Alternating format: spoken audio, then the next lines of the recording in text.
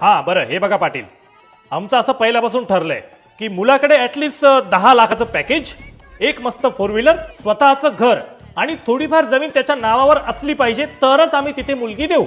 आणि हो, गाडी मर्सिडीज असली पाहिजे.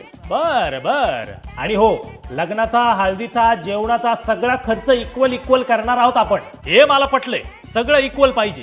हो तेच ना, लग्न दोघांचं पण आहे ना, मग खर्च एकट्याने कशाला करायचा? हे आपल्याला पटलं, सगळं इक्वल पाहिजे.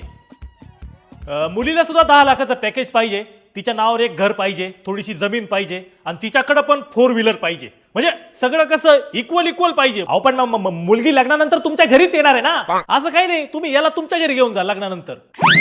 सगळं इक्वल पाहिजे ना. कोणत्या गाडीवर आला तू? मी प्लॅटिना. 25 वर्ष घासली तेव्हा प्लॅटिना घेतली आणि माझ्या पोराकडे 25व्या वर्षी घर, गाडी, बंगला सगळं पाहिजे तुला. करे सुकाळीच्या. अरे होऊ दे ना लग्न, दोघं मिळून संसार करतील, होतील मोठे. पण नाही, तुला गाडी कोणती पाहिजे तुला? मर्सिडीज. स्पेलिंग सांग बरं. टाटा पण चालेल काका. टाटा. उठा मला